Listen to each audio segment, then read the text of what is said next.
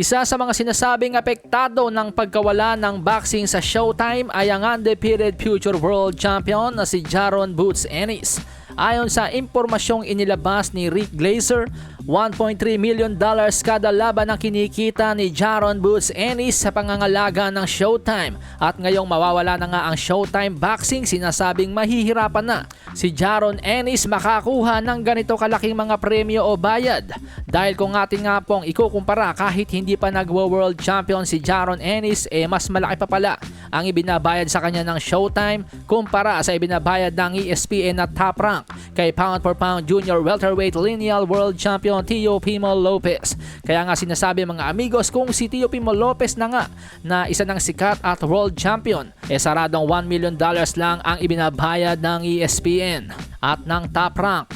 Malamang sa malamang na mas mababa ang ibabayad kay Jaron Boots Ennis sakaling lumipat ito sa Top Rank at ESPN.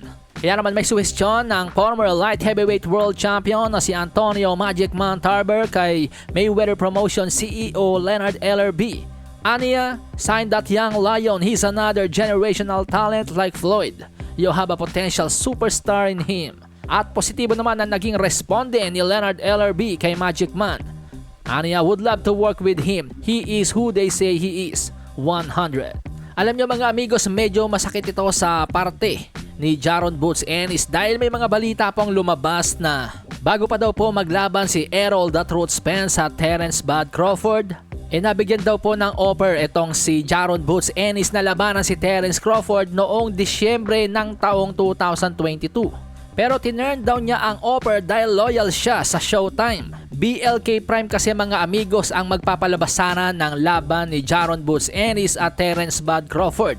At dahil hindi mai-involve ang Showtime sa laban, tinanggihan daw ito ni Jaron Boots Ennis. Kaya't ang nangyari, Terence "Bud" Crawford versus David Abanesian ang naganap sa BLK Prime. Kaya masasabi nating sayang yung naging pagkakataon ni Jaron Boots Ennis na makalaban si Terence Crawford noon. Naging loyal siya sa Showtime pero hindi niya akalaing aalis lang pala o iiwan na ng Showtime ang boxing.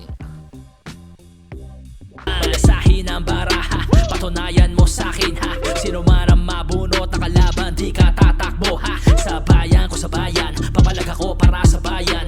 Basagan na bungo para sa'kin, putek, pabor, pangayan. Walang Reno TV.